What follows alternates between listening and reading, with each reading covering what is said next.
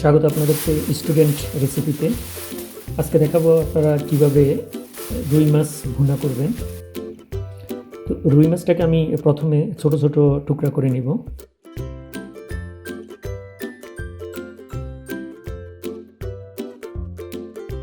এভাবে ছোট টুকরা করার পর আমি এখানে একটু হলুদের গুঁড়া মেশাবো।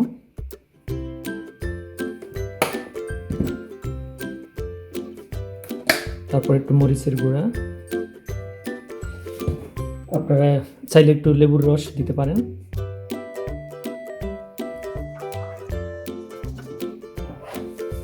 তারপর হালকা একটু লবণ দিতে হবে।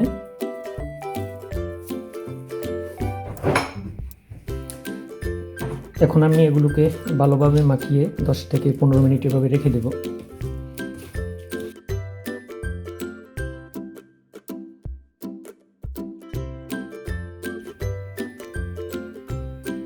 যে কোনো মাছ ভুনা করার জন্য বাটা মশলা হচ্ছে বেস্ট। তো প্রবাসে বিশেষ করে ইভেন বাংলাদেশেও এখন সেটা অনেক ক্ষেত্রেই সম্ভব না।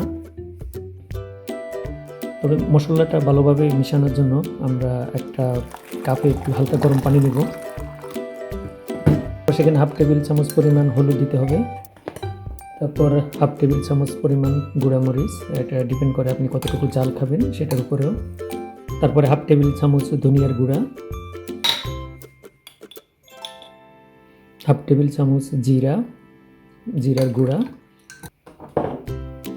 সর্বশেষ আমি দিব অল্প পরিমাণ এলাচ গুঁড়া। তারপরে এইভাবে মিশ্রণটাকে আপনারা 5 থেকে 10 মিনিটে রেখে দিবেন।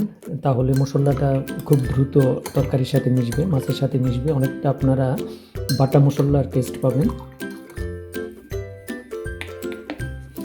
আমি এবার মাছগুলোকে হালকা একটু ভেজে নিব। আপনারা যে কোনো খাবারের তেল ইউজ করতে পারেন।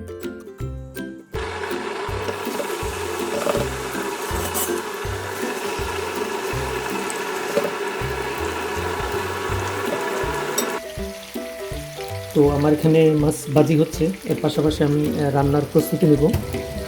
কারণ প্রবাসে রান্না করতে গেলে আসলে সময়টা অনেক ইম্পর্টেন্ট ইস্যু। অনেক সময় দেখা যায় আমাদের সময় খুব স্বল্প থাকে, অর্থাৎ অল্প সময়ের ভিতরে রান্না করতে হয়।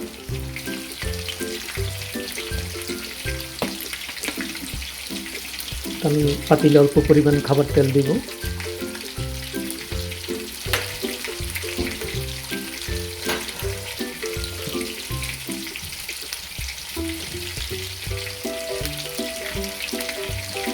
তারপর দেখুন এখানে আমি অলরেডি 2টা পেঁয়াজ কুচি আর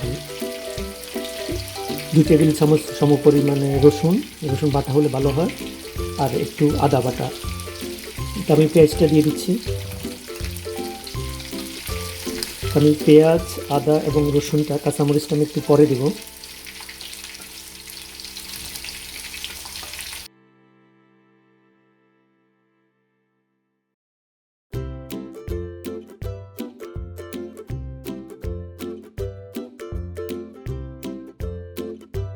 আর এখানে আমার মশলাগুলো কষানো হচ্ছে।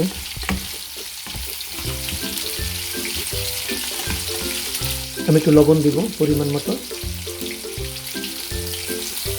দেখুন এখানে আমার মাছ ভাজি হচ্ছে আর এখানে আমার মশলাটা কষানো হচ্ছে, অর্থাৎ আমার টাইমটা অপচয় হবে না।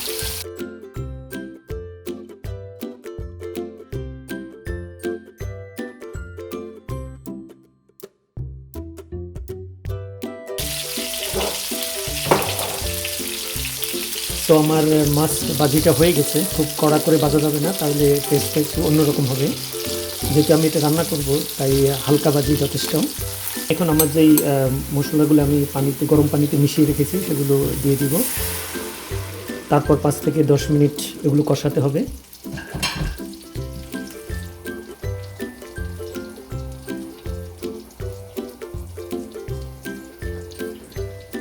এখন আমি এখানে 2 টেবিল চামচ সমপরিমাণ টমেটো পেস্ট, আপনারা ফ্রেশ টমেটো অবশ্যই ইউজ করতে পারেন।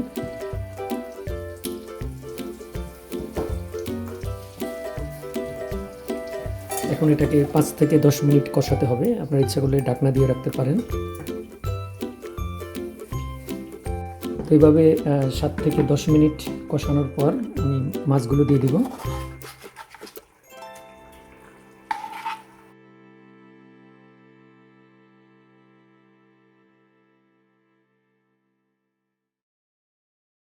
লবণটা টেস্ট করে নেবেন, যদি প্রয়োজন হয় তাহলে দিতে হবে। তারপরে আমি দিব হচ্ছে 2টো তেজপাতা আর কিছু কাঁচামরিচ। এভাবে আমি আরও 10 থেকে 15 মিনিট কষাবো মাছটাকে। আর এখানে যথেষ্ট পরিমাণে পানি আছে, সো আমি দিচ্ছি না। আপনারা যদি ভুনা করেন সেক্ষেত্রে এক্সট্রা পানি না দিলেও চলবে। তো হয়ে গেল আমাদের রুই কষা, রুই বোনা, রুই জাল, যাই বলেন না কেন। তো সর্বশেষ যেটা করতে হবে, যদি থাকে তাহলে একটু ফ্রেশ কিংবা ফ্রোজেন ধনিয়া পাতা দিতে হবে। ধনিয়া পাতা দেওয়ার পর চুলাটা বন্ধ করে দিতে হবে, তা না হলে গ্রামটা নষ্ট হয়ে যাবে।